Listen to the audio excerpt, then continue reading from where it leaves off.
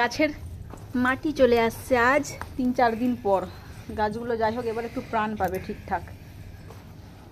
প্রথমে কোকোপিট দেওয়া হয়েছিল, ওতে ওই 7 লিটার মতো জল দেওয়া রাখা হয়েছিল। তারপর কিছুক্ষণ বাদে দেওয়া হলো ভার্মিকুলাইট।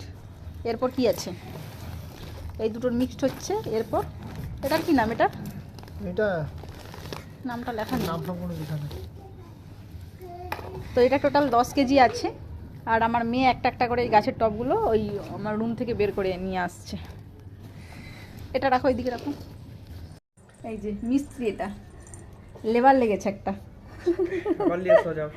যাও হালকা হালকা দেখে নিয়ে আসবে। হ্যাঁ হ্যাঁ যাও। তারপর মিক্সড করব অর্গানিক ফার্টিলাইজার, তারপর আছে নিম পাউডার, এই 4টে আছে। নিয়ে আসছো, দাও মিক্স করো। এটা তো অর্গানিক ফার্টিলাইজার। এখানে বলে এইসব কিনতে হচ্ছে, বাড়িতে থাকলে আর এগুলো কেনার কষ্ট করতে হতো না, আর একটা টাকাও খরচ হতো না। সেখানে আমাদের কত রকমের মাটি ছিল, কিন্তু আর এখানে কি করব, জল থেকে সব কেনা। এইগুলো সরিয়ে রাখো।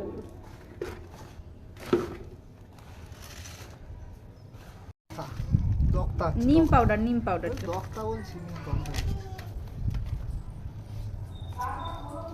ভালো করে মিক্সড করো। আর নিয়ে আসতে পারো নি? ভারী লাগছে? অনেকগুলো নিয়ে আসছে, আমি এনে দিচ্ছি দুটো। মাটিগুলো এবার সব চাড়াতে হবে। আগে টবগুলোতে সব মাটি দিয়ে দেখো, সবগুলো ঠিকঠাক করে মাটিগুলো চাড়াও, তারপর গাছগুলো পুঁততে হবে।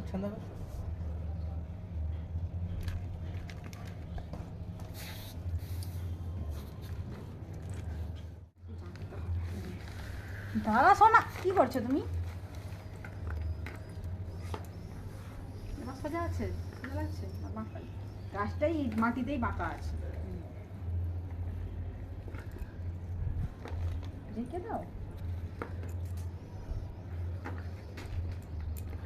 সবগুলোকে সব মুছে ঘরে ঢুকাতে হবে। ফাইনালি গাছগুলো এই জানালার পাশেই রাখলাম। আর আমাদের ওই শোয়ার যে বেডটা ছিল, ওই বেডটাকে একটু পিছনের দিকে ঠেলে দিয়েছি, আর সামনের দিকে অনেকটা জায়গা চলে আসছে। তো এই জায়গা বরাবর আরও কিছু গাছ রাখতে হবে, অনেকটা ফাঁকা ফাঁকা লাগছে। আপাতত এগুলোই কেমন লাগছে। তো চলুন, টাটা, বাই বাই।